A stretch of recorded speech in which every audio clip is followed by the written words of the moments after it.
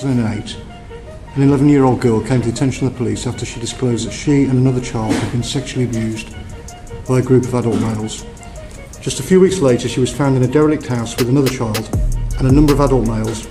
Yet she was arrested, 11 years of age, she was arrested for being drunk and disorderly, and none of the males were arrested. Has your force identified the police officers involved in that and found out what went on?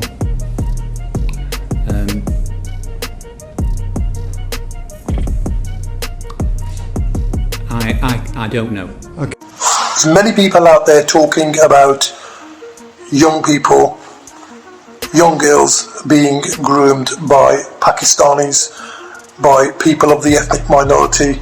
And I think we have to set the record straight and be careful. We have to be careful that we don't fall into the trap of the media narrative. And I watched something yesterday, where a mention was of a Pakistani paedophile, etc. Now, what I'm going to say is, look, just because a person is a groomer, it doesn't matter what nationality they are.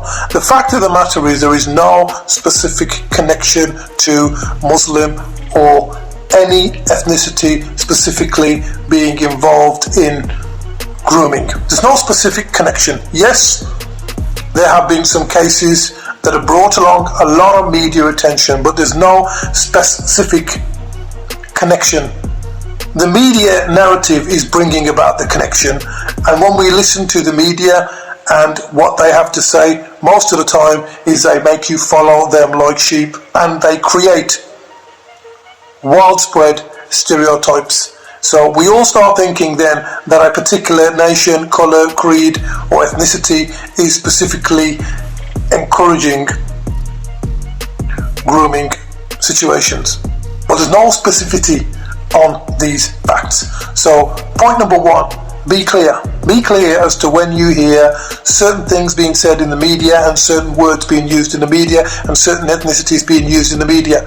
So it's no good creating media stereotype narratives that come from the press. That's all I'm going to say. That's my point number one. So be aware and be clear of what you hear. I have a duty of care to the community. We have a duty of care to everybody, so that we can prevent this from happening. And we need to ask the question, how can we prevent this? How can we prevent this grooming from taking place? We know that groomers, and it happens in different countries as well, we know that groomers target people and families that are unconnected, that kids that are unconnected, where their parents aren't paying them attention or they're in care. Kids in care have been targeted in the UK, and kids in care have been targeted in different countries as well. So these criminal gangs, the groom, they target people that they know that the parents may not be giving them the attention they need. So it's a message out there for all parents to teach and let their children become aware of what a good touch is and what a bad touch is. It's important that they educate their own children, that if someone touches them appropriately, that they must report it to the relevant authorities, they must report it to the parents and take appropriate action. Also, parents should be aware that they should not be tiptoeing around their children. They should not be tiptoeing around their children. Now, in this case that we've seen, that I've just posted out, we have seen that this 11-year-old girl was drunk. My question would be, why was she drunk? Number one, where were the parents? Why weren't the parents actively involved in the welfare of their child? Why did they not know? Why did they not communicate effectively? If you're going to have kids in society, you have to take responsibility for them and to know and to restrict and watch and be aware of their social media communications, their social media connections, their friends. You need to take responsibility to be able to have some connection to your child so that they can tell you what is going on in their lives. So point number two, be close. Parents, be close to your children. Children, be close to your parents. You cannot take your eyes off your children for a split second once you have them, to know what they might be getting up to. Also, kids that are going to the parks, it's not safe. Not until we are completely reassured. I'm not saying don't let your kids out in the parks by themselves, but be sure they're in safe hands. Because in the parks, in the local parks that we see needles flying about, we see drug dealers around, we see strange other people about, and there's a lot of individuals that are struggling with their own mental health. And we don't know how they're going to react to our children or your children or my children. So just keep your eyes peeled as to what's going on. I think we live in a culture today where it's very easy to come into communication with a child. It's very easy to start, and we've seen this on paedophile predators. We've seen them catch people out because it's so easy for them to get away with communicating. So those groups out there that are doing this work and catching these individuals, fantastic. However, we need to be aware that perverts exist in our community. They will always use inappropriate communications or try to communicate with our children, but we need to be strong, and we need to have a strong bond with our children so they tell us what is going on. So, in the meantime, I suggest that we develop, or everybody